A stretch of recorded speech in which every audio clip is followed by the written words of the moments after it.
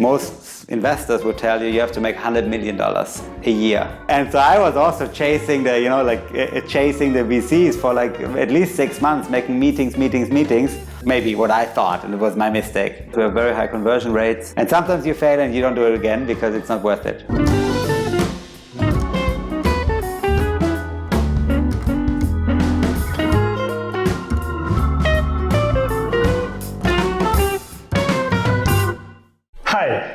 We're still in Bangkok, in Thailand, and I'm super excited to introduce our today's guest. His name is Jonas Koblin. Hi, Jonas. Hello. We usually start with a short introduction, so please tell us a bit about your background. Okay, sure. My name is Jonas Koblin. I was born in Munich and was never really good at school, but early on realized I want to be independent in my life and start companies, and started a non-profit in Munich in 1999, and then got interested to move abroad.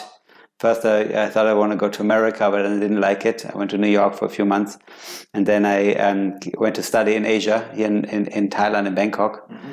And I started a company in Bangkok, importing like eyeglasses from Germany, and then this grew into 2 or 3 different businesses in like resale and wholesale. And then around 8 years ago, I got interested in education, mainly because I saw that many of the staff in our company, they were not really interested in learning more. They got really comfortable in status quo, like make their income and live their lives, and it frustrated me because I wanted them to be interested in learn more, to develop themselves, to find new interests, to become better at what they're doing, or to do something else. And I started to research on education, and this is when I realized I have a passion for the project of trying to understand best practice in education.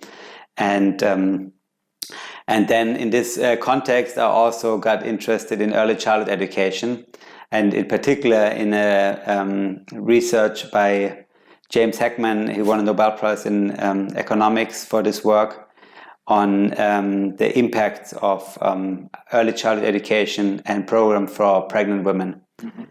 And so I knew about that work, and I was fascinated by the impact you can have. So according to his calculations, $1 spent in prenatal programs gives you an 18% return of investment for life on the child. $1 spent during kindergarten also is quite high, but then during college, $1 gives you back maybe a 3% or 4%. So as a society, we should try to spend as much resources as we can to allow for healthy pregnancies. Mm-hmm. And I was fascinated by the work, but it didn't really get me going until my wife got pregnant. Being here in Thailand, there was not many good sources of information.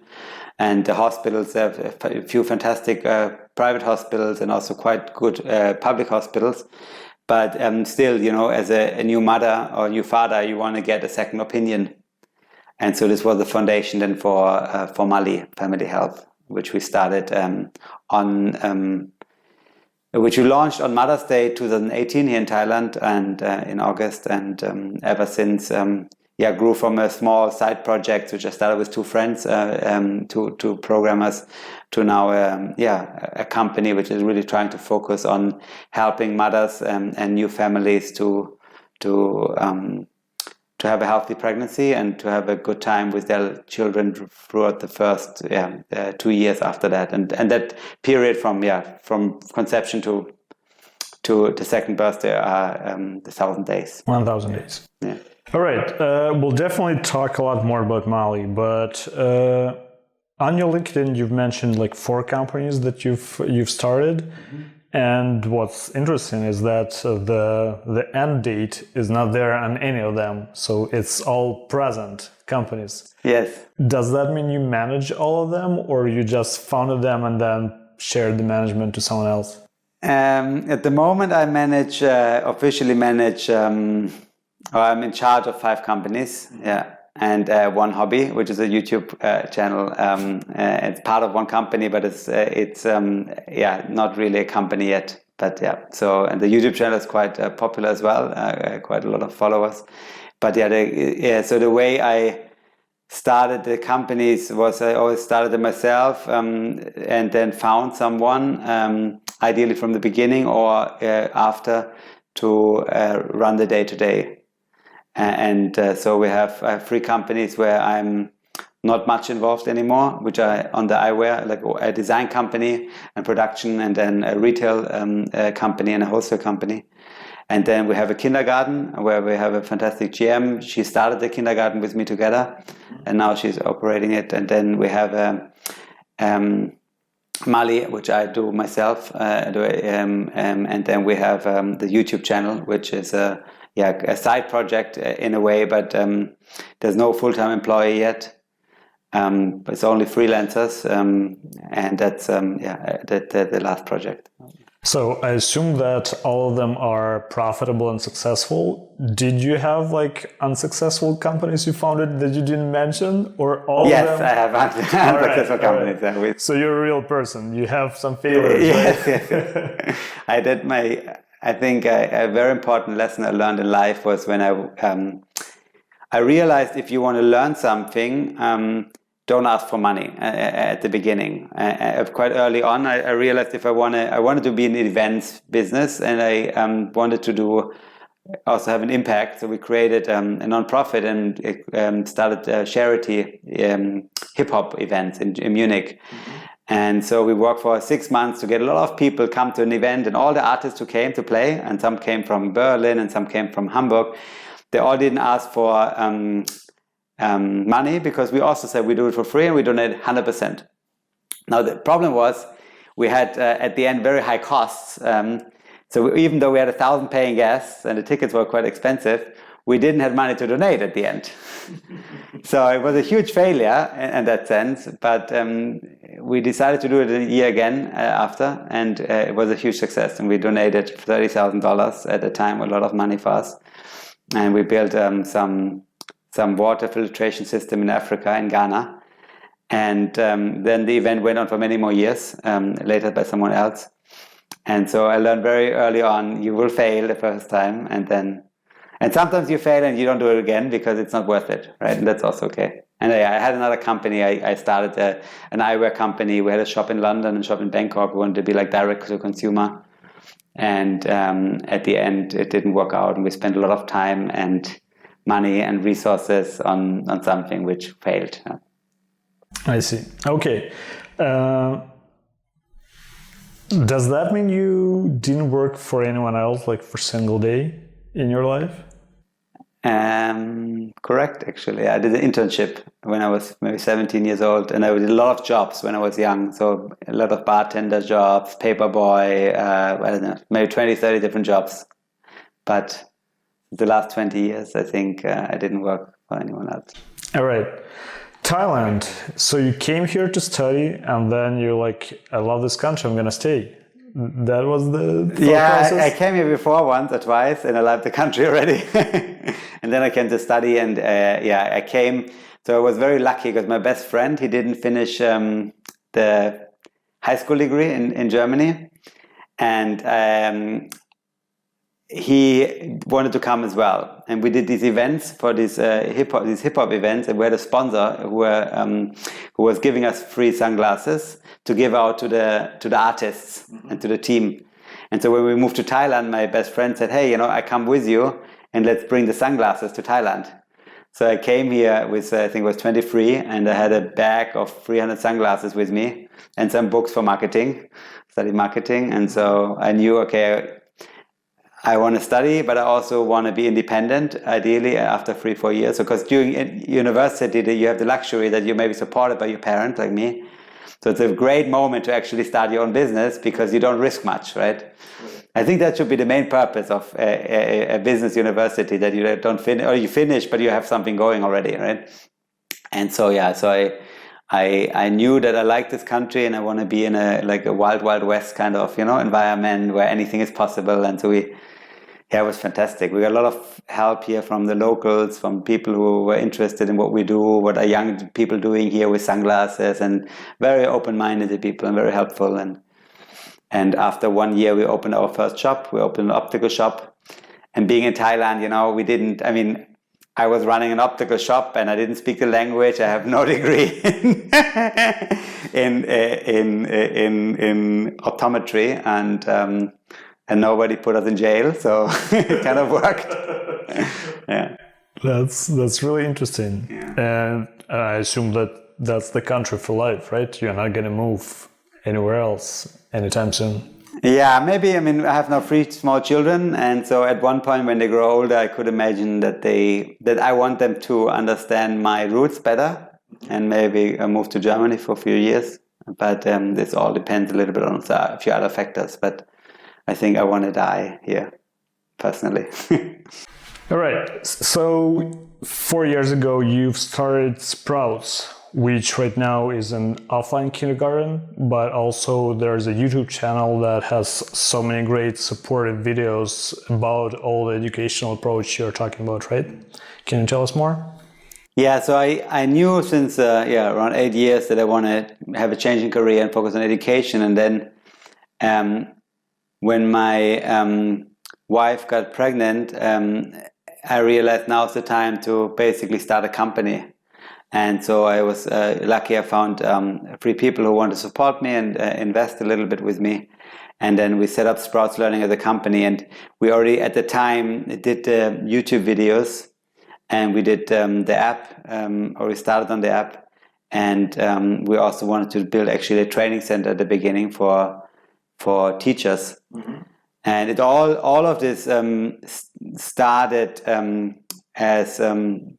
started on YouTube, basically, because we made a video on the state of Thai education where we presented all the problems of Thai education without presenting solutions. So, because, we as foreigners, or me as a foreigner, I don't want to come here and say, you should do it like that. We wanted to have the audience suggest solutions, and we promised a second video. And these videos are quite cute, they're like cartoons. We promised the second video with the top 5 solutions, which get the most likes or comments, most likes or upvotes on the comment section.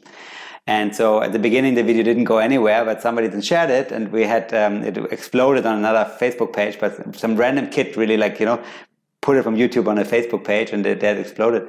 And so we had thousands and thousands, I think 12,000 comments in total, and we made a research project out of it. And we realized that besides inequality, which was stated kind of the number one reason, it was teacher quality as a reason number 2 why Thai education system is not as good as others. And this was the beginning. And I realized, okay, if we want to improve teachers, then we can do that maybe to training in our own center, but also on YouTube. And we can also improve it by influence the teachers through the parents, right? And so to have these 3 different products all around this topic of trying to improve education was the foundational idea of Sprouts. And from that moment onwards, we produced much more videos on teacher training and general theories on pedagogy. So Montessori, Reggio Emilia, Waldorf, John Dewey, and all these different approaches on pedagogy, but also psychology, right? Autism, ADHD, and all the topics. And these videos are now, we have a video a week in the English channel at the moment, but we have channel partners also for Chinese, for Spanish, for German, Turkish, Russian, and Thai, and a few others. And on the kindergarten side, it's a small kindergarten. We didn't get to do too much training, unfortunately, at the end, because we couldn't find people who want to learn. The problem is that those who want to learn, they're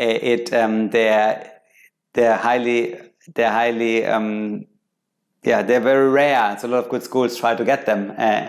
So we had trouble finding good people who want to learn it. So now it's just a small kindergarten where we apply different processes, different pedagogies, and also the Thai way and the foreign way to basically fuse the 2 different cultures together. And then there's the app, Mali. Mali Family Health. Yeah. So the name of the company is Mali Family Health, correct? And since it started from the Sprouts, but now it's a separate company, all the businesses before you had, they were not technical, indeed, and this is a mobile app, which is the essential of the business. How different is to build a technical business? Yeah, it's very different. It's very similar and very different, actually, because it's very similar that you have to have a product which is really good, but it's very different because it's technical. And I'm not a technical person. And so I was lucky that I had technical co-founders, but both of them couldn't really start full-time. So I had to wait until I find the right CTO for me to help before I would jump in myself full-time. Because I'm not technical, and I think if you're lucky and you have a great agency, then fantastic. But if you don't, and you build a mobile app, and it has to work on thousands of different phones and different versions, has to process a lot of very sensitive data which nobody should see, not even us, right? I didn't want to risk that, and so I waited until I found the right CTO, and I waited 2 years. I had a conversation with somebody. He liked it. He disappeared for a year. He called me back and said, "Okay, let's do it." And he quit his job and is now our CTO. And this was also the reason then to take Mali out of Sprouts and open its own company and raise funds for Mali and invest in the technology with the right CTO on board. How big is the team right now?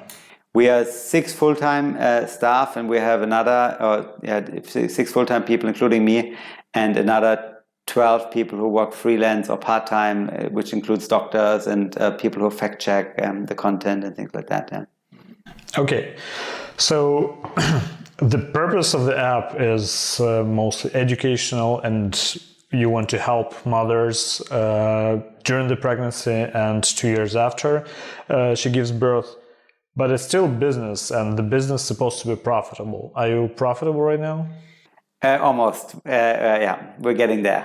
If you would have asked me 3 months ago, we were far away, but slowly we're getting there. Yeah.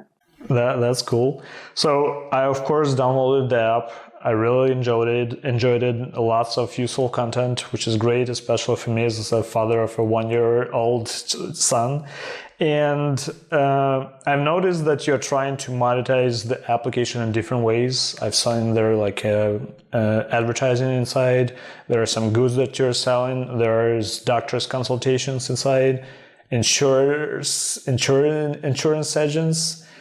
So there are different ways how you try to actually get money. What works for you, what doesn't? Yeah, this is a great question. It was very difficult for us to find the right solution here, because most of our users, they use the app throughout a very specific period only. And so if you want to make money in tech, most investors will tell you have to make $100 million a year. Only then they would invest. And if they don't see that, in like 5 or 10 years, they will not invest.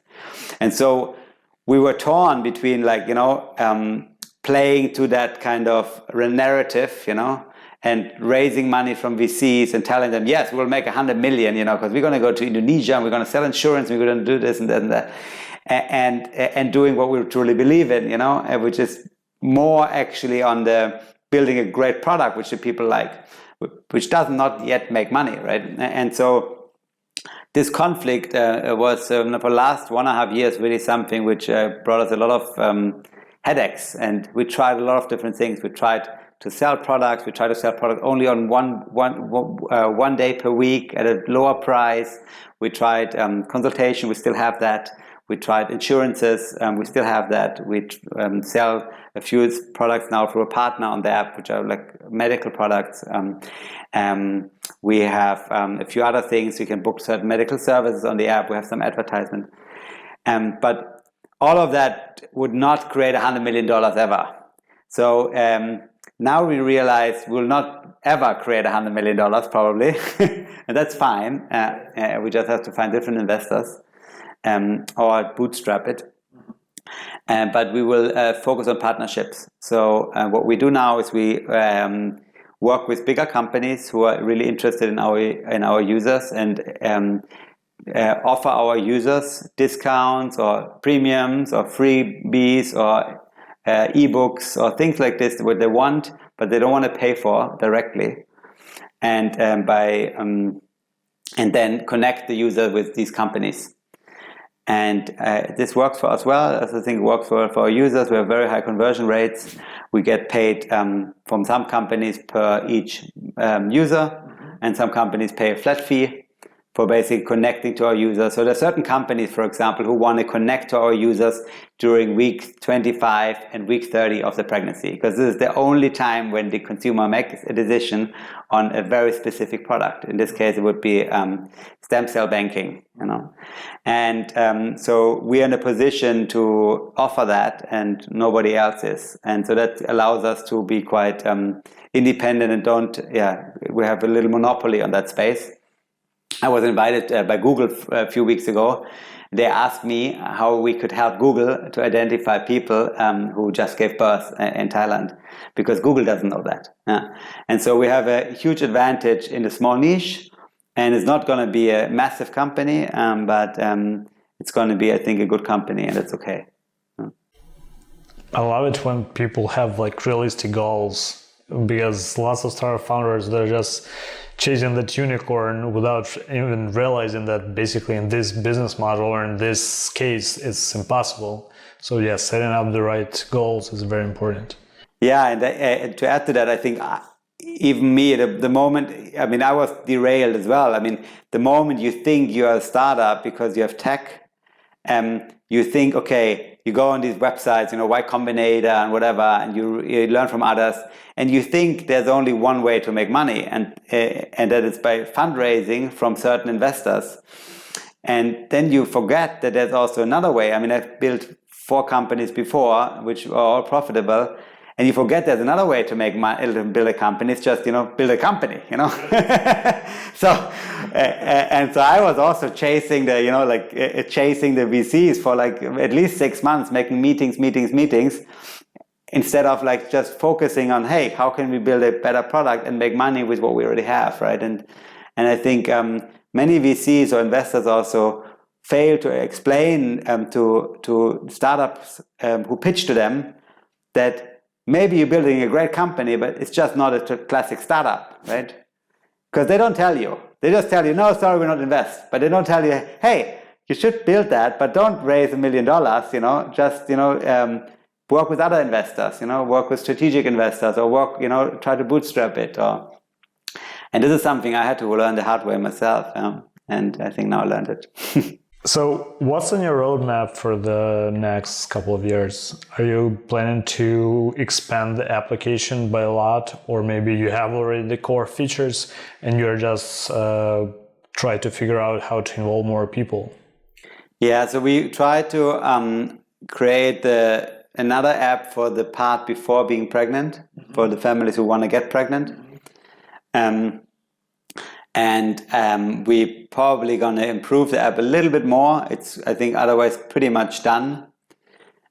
We might extend it for a little bit more time, but this is not really a most pressing issue right now, because we still don't know whether the drop of users we have naturally, because the children grow older, is something we can stop, by adding more content or more, ways to engage the user. It might be just a natural thing that the older the child, the more it diverts from what we can offer as a standard journey, right? If you are pregnant, the child is maybe in your belly. If you're the pregnant mom, if you're the father, it's just in your wife's or in your girlfriend's belly, right?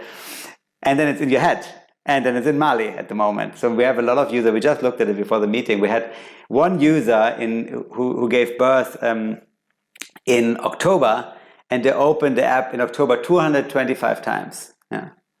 So we have these users who open the app like 10 times a day, right? Around 5% of our daily active users open the app 10 times a day. And that's because the child is abstract.